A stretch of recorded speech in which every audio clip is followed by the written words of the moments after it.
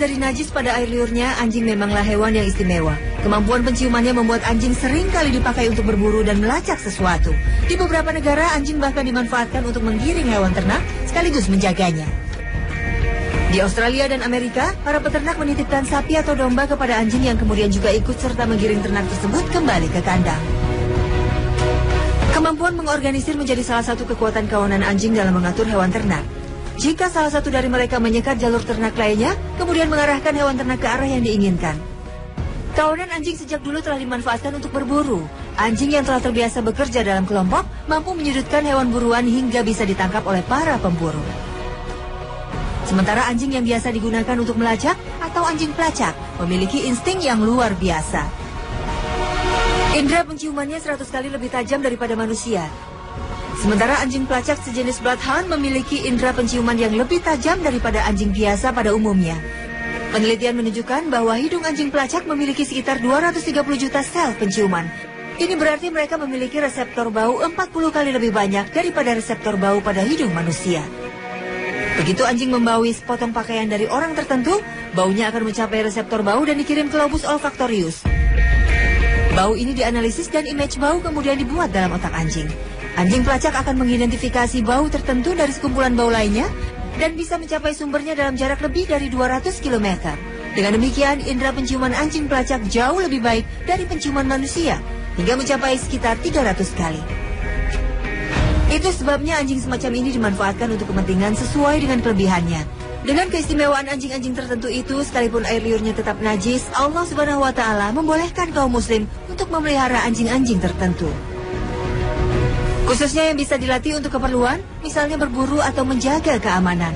Allah Subhanahu wa Ta'ala berfirman, mereka menanyakan kepadamu, apakah yang dihalalkan bagi mereka? Katakanlah, dihalalkan bagimu yang baik-baik dan oleh binatang buas atau anjing yang telah kamu ajar dengan melatihnya untuk berburu. Kamu mengajarnya menurut apa yang telah diajarkan Allah kepadamu.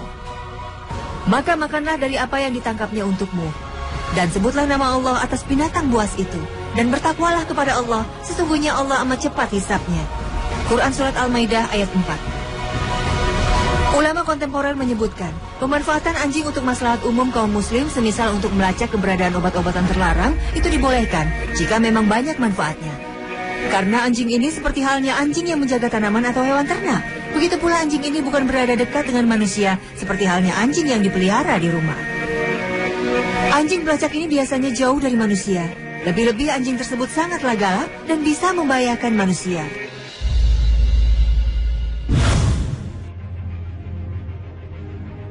Meski anjing mempunyai banyak keistimewaan dibanding hewan lain, tak berarti kita bebas membawa anjing ke dalam rumah kita. Apalagi memeliharanya tanpa alasan yang dibenarkan syariat agama.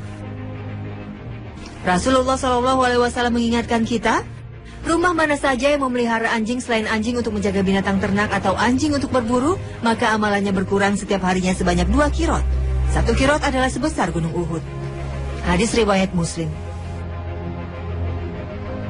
Mengomentari hadis ini, Imam An-Nawawi mengatakan, Nabi SAW memberikan keringanan, boleh memelihara anjing buruan dan anjing penjaga ternak, anjing penjaga tanaman.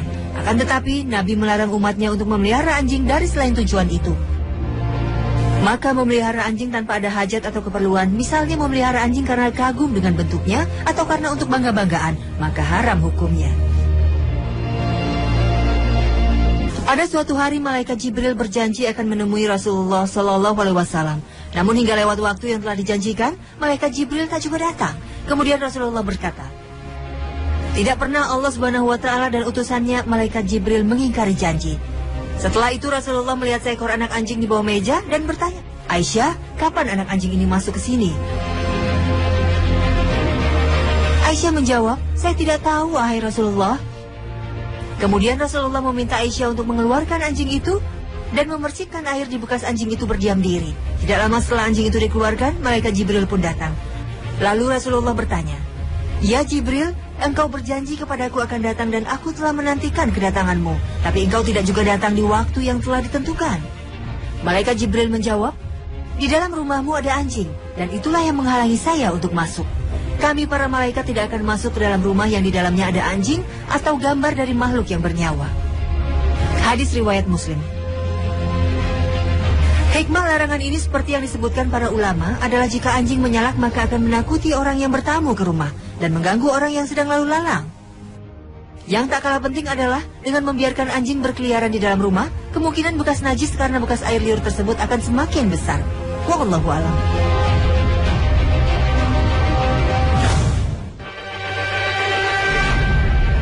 Muslim di Indonesia memang tidak terlalu terbiasa dengan keberadaan anjing di dekat kita. Boleh jadi karena stigma najis diakibatkan air liurnya, membuat banyak orang kurang bersahabat dengan binatang anjing. Larangan berinteraksi dengan anjing yang kita dengar sejak kecil memang susah untuk dihilangkan. Memori itu tertanam dengan kuat, sehingga mendekati anjing pun ada sebagian kita yang takut. Bahkan rasa takut itu terkadang berubah menjadi jijik dan benci. Tak jarang kita melihat postingan di media sosial yang memuat foto anjing dengan tubuh penuh luka yang terabaikan. Berbagai ucapan yang sering terdengar adalah ketidakpedulian, hanya karena anjing adalah makhluk yang dianggap najis.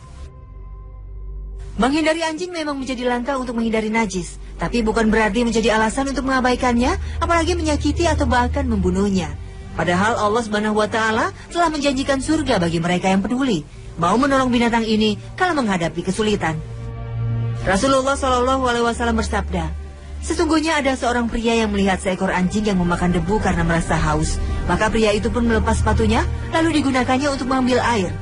Dan kemudian ia memberi minum anjing itu, sehingga anjing itu pun segar pulih kembali. Maka Allah berterima kasih kepada pria itu serta memasukkannya ke dalam surga. Hadis riwayat Bukhari. Bahkan dalam sebuah riwayat, seorang pendosa sekalipun jika peduli dengan anjing yang tengah kesulitan, akan mendapatkan ganjaran yang sangat besar. Dosa-dosanya bisa saja diampuni Allah Subhanahu wa Ta'ala karena perbuatannya menolong anjing itu.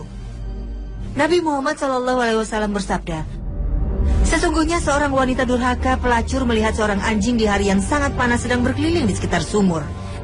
Anjing itu menjulurkan lidahnya karena merasa sangat haus, maka wanita itu pun melepas sepatunya dan memberi minum pada anjing itu.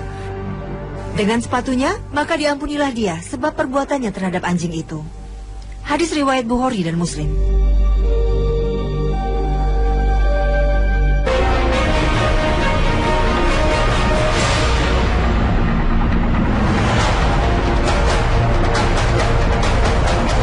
Assalamualaikum warahmatullahi wabarakatuh. Selamat pagi pemirsa, best man friends atau sahabat setia. Begitu kira-kira orang barat memandang binatang yang satu ini. Kesetiaan tanpa batas dari anjing telah menempatkan dirinya di posisi tak hanya sebagai peliharaan, tapi juga sebagai sahabat untuk manusia. Salah satu contoh paling terkenal adalah anjing bernama Hachiko di Jepang.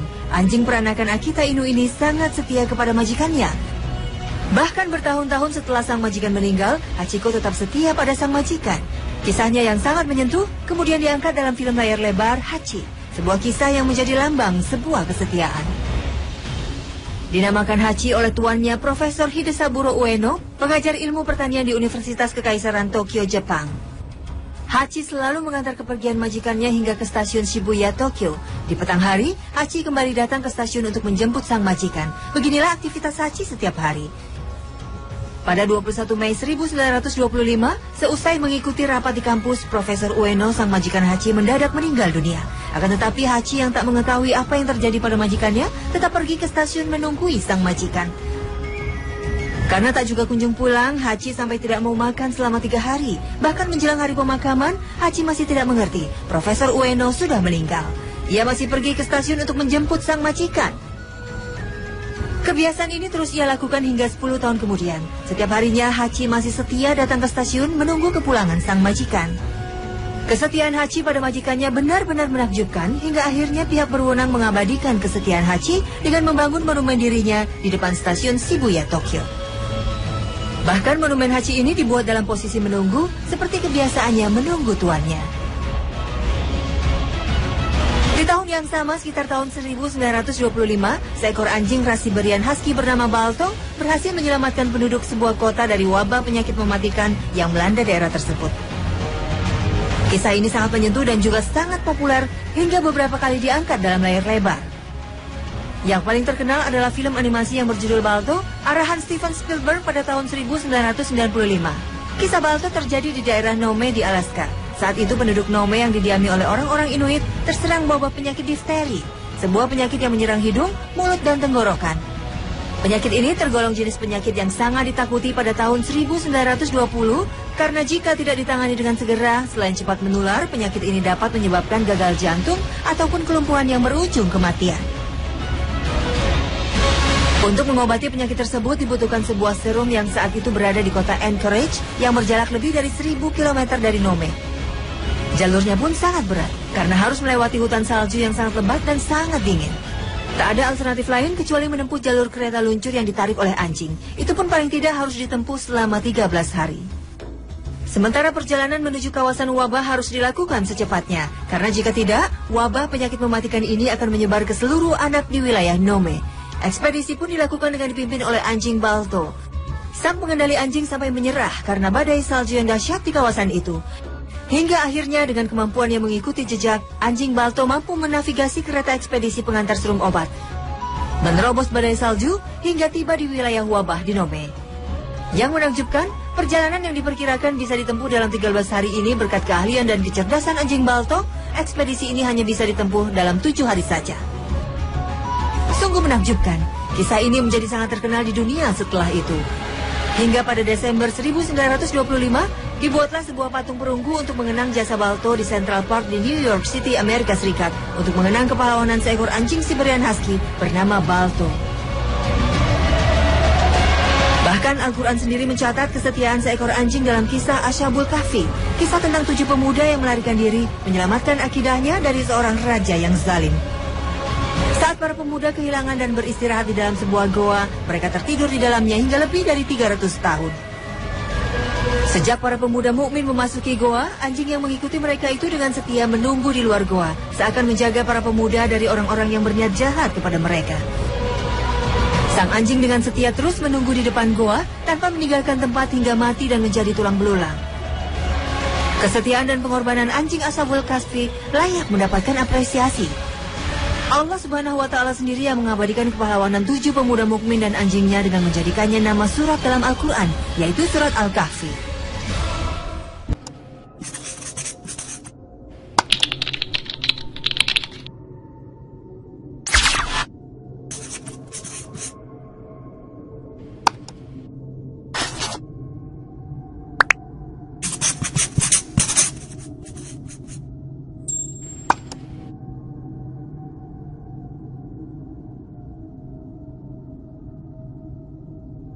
Sabda, sesungguhnya ada seorang pria yang melihat seekor anjing yang memakan debu karena merasa haus.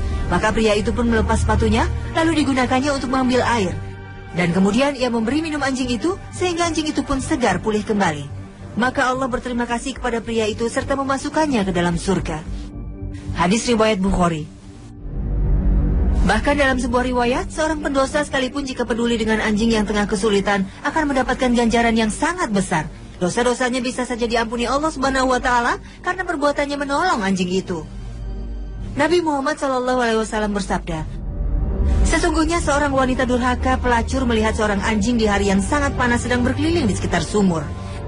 Anjing itu menjulurkan lidahnya karena merasa sangat haus. Maka wanita itu pun melepas sepatunya dan memberi minum pada anjing itu. Dengan sepatunya, maka diampunilah dia sebab perbuatannya terhadap anjing itu. Hadis riwayat Bukhari dan Muslim.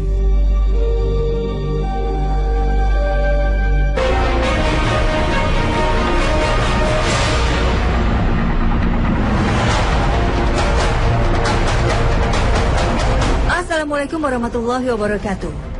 Selamat pagi pemirsa, best man's friends atau sahabat setia. Begitu kira-kira orang barat memandang binatang yang satu ini. Kesetiaan tanpa batas dari anjing telah menempatkan dirinya di posisi tak hanya sebagai peliharaan, tapi juga sebagai sahabat untuk manusia.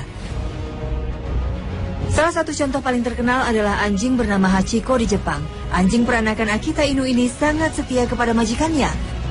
Bahkan bertahun-tahun setelah sang majikan meninggal, Hachiko tetap setia pada sang majikan.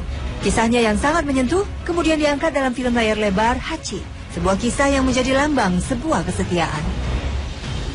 Dinamakan Hachi oleh tuannya Profesor Hidesaburo Ueno, pengajar ilmu pertanian di Universitas Kekaisaran Tokyo, Jepang. Hachi selalu mengantar kepergian majikannya hingga ke stasiun Shibuya, Tokyo. Di petang hari, Hachi kembali datang ke stasiun untuk menjemput sang majikan. Beginilah aktivitas Hachi. Terlepas Terlepas dari najis pada air liurnya, anjing memanglah hewan yang istimewa. Kemampuan penciumannya membuat anjing sering kali dipakai untuk berburu dan melacak sesuatu. Di beberapa negara, anjing bahkan dimanfaatkan untuk menggiring hewan ternak sekaligus menjaganya. Di Australia dan Amerika, para peternak menitipkan sapi atau domba kepada anjing yang kemudian juga ikut serta menggiring ternak tersebut kembali ke kandang. Kemampuan mengorganisir menjadi salah satu kekuatan kawanan anjing dalam mengatur hewan ternak.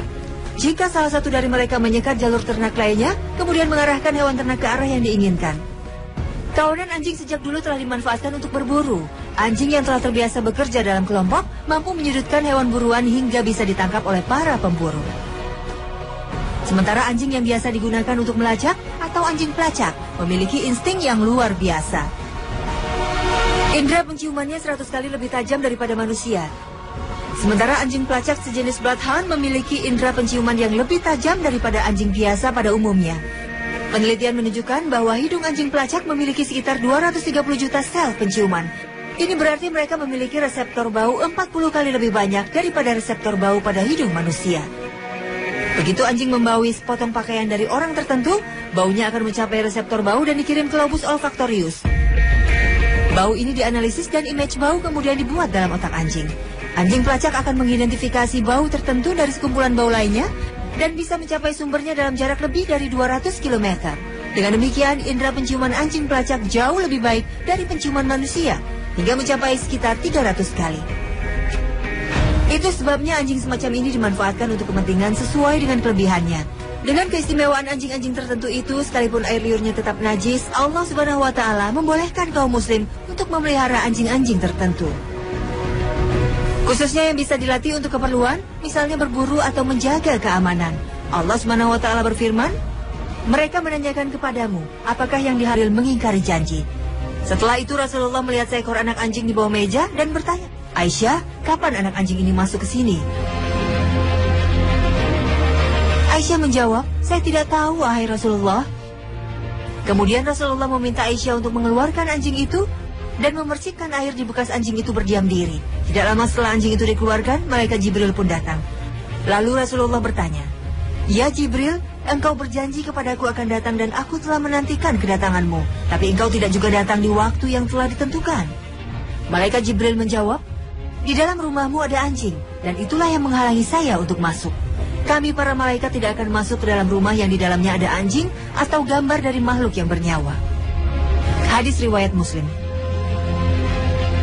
Hikmah larangan ini seperti yang disebutkan para ulama adalah jika anjing menyalak maka akan menakuti orang yang bertamu ke rumah dan mengganggu orang yang sedang lalu lalang.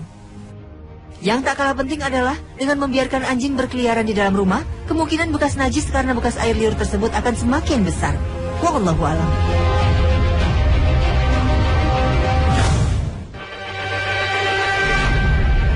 Muslim di Indonesia memang tidak terlalu terbiasa dengan keberadaan anjing di dekat kita. Boleh jadi karena stigma najis diakibatkan air liurnya membuat banyak orang kurang bersahabat dengan binatang anjing. Larangan berinteraksi dengan anjing yang kita dengar sejak kecil memang susah untuk dihilangkan. Memori itu tertanam dengan kuat sehingga mendekati anjing pun ada sebagian kita yang takut. Bahkan rasa takut itu terkadang berubah menjadi jijik dan benci. Tak jarang kita melihat postingan di media sosial yang memuat foto anjing dengan tubuh penuh luka yang terabaikan. Berbagai ucapan yang sering terdengar adalah ketidakpedulian, hanya karena anjing adalah makhluk yang dianggap najis.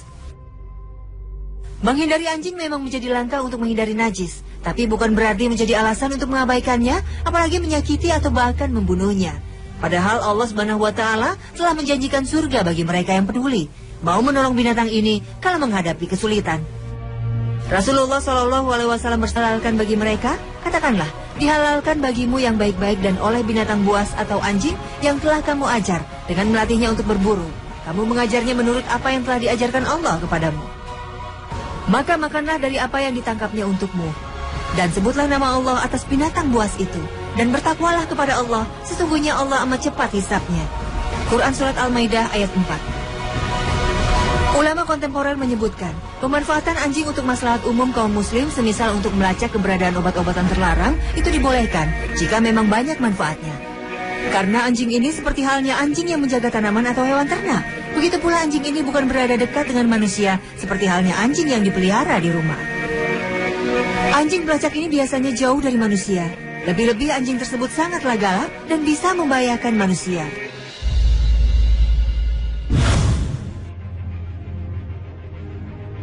Meski anjing mempunyai banyak keistimewaan dibanding hewan lain, tak berarti kita bebas membawa anjing ke dalam rumah kita, apalagi memeliharanya tanpa alasan yang dibenarkan syariat agama.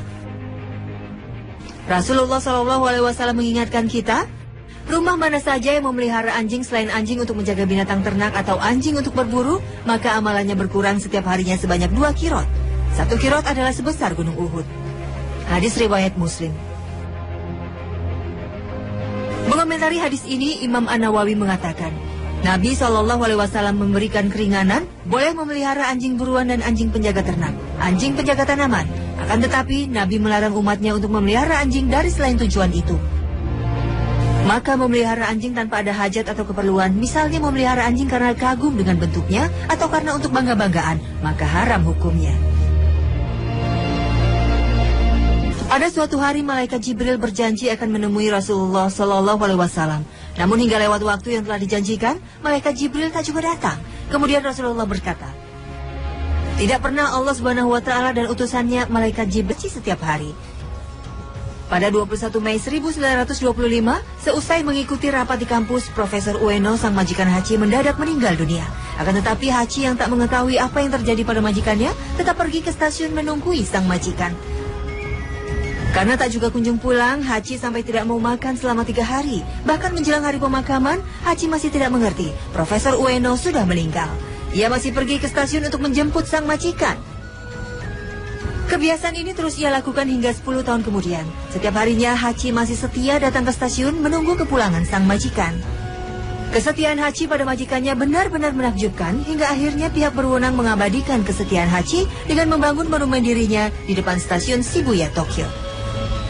Bahkan monumen Hachi ini dibuat dalam posisi menunggu, seperti kebiasaannya menunggu tuannya.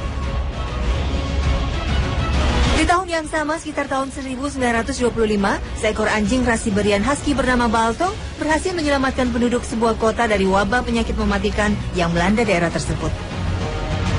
Kisah ini sangat menyentuh dan juga sangat populer hingga beberapa kali diangkat dalam layar lebar.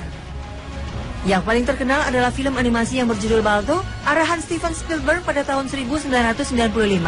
Kisah Balto terjadi di daerah Nome di Alaska. Saat itu penduduk Nome yang didiami oleh orang-orang Inuit terserang wabah penyakit difteri, sebuah penyakit yang menyerang hidung, mulut, dan tenggorokan. Penyakit ini tergolong jenis penyakit yang sangat ditakuti pada tahun 1920, karena jika tidak ditangani dengan segera, selain cepat menular, penyakit ini dapat menyebabkan gagal jantung ataupun kelumpuhan yang berujung kematian. Untuk mengobati penyakit tersebut dibutuhkan sebuah serum yang saat itu berada di kota Anchorage yang berjarak lebih dari 1000 km dari Nome. Jalurnya pun sangat berat karena harus melewati hutan salju yang sangat lebat dan sangat dingin. Tak ada alternatif lain kecuali menempuh jalur kereta luncur yang ditarik oleh anjing. Itu pun paling tidak harus ditempuh selama 13 hari. Sementara perjalanan menuju kawasan